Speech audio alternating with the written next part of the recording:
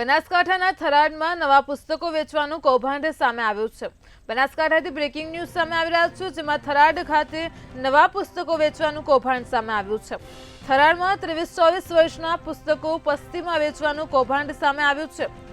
તો ધોરણ 2, 3, 5, 6, 7 અને 8 સાથે જ ધોરણ 10ના પુસ્તકો પણ પસ્તીમાં જોવા મળશે।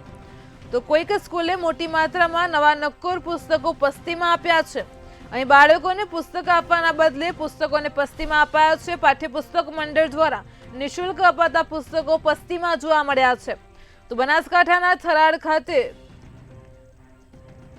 ધોરણ 2, 3, 5, 6, 7, 8 અને ધોરણ 10ના પુસ્તકો કે જે બાળકોને આપવા જોઈએ, પરંતુ તે નવા નક્કોર પુસ્તકો પસ્તીમાં જોવા મળ્યા છે। તો બનાસકાંઠાના થરાદથી નવા પુસ્તકો વેચવાનું કૌભાંડ સામે આવી રહ્યું છે।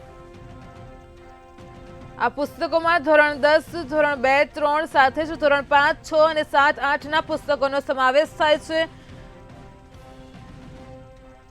તો પાઠ્યપુસ્તક મંડળ દ્વારા મળેલા નિઃશુલ્ક પુસ્તકો છે કે જેને પસ્તીમાં જોવા મળ્યા છે। તો નવા પુસ્તકો વેચવાનું કૌભાંડ સામે આવી ગયું છે।